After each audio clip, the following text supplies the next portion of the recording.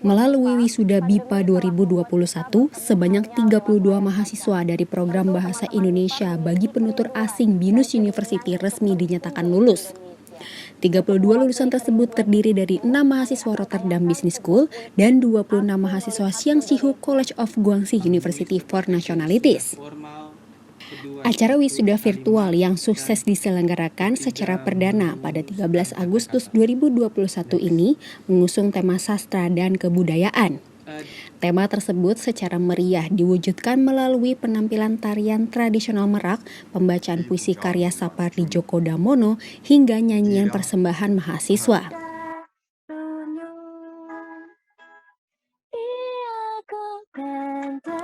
Tema ini menjadi bukti bahwa sastra dan kebudayaan Indonesia merupakan dua hal yang tak dapat terpisahkan atau bahkan menjadi satu kesatuan yang harus dipelajari secara bersamaan. Terdapat 3 mahasiswa yang dinyatakan sebagai lulusan terbaik dalam wisuda BIPA 2021 ini.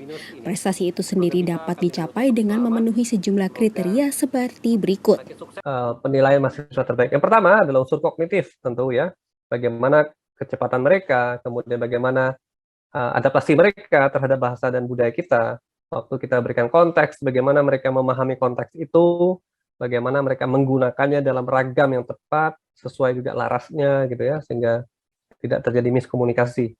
Jadi itu unsur pertama. Unsur kedua tentu non-kognitif gitu ya, bagaimana mereka bekerja sama. Itu kan sangat penting ya, kalau kita lihat bagaimana mereka bekerja sama, bagaimana mereka bersosialisasi, bagaimana mereka berteman, itu banyak sekali ya.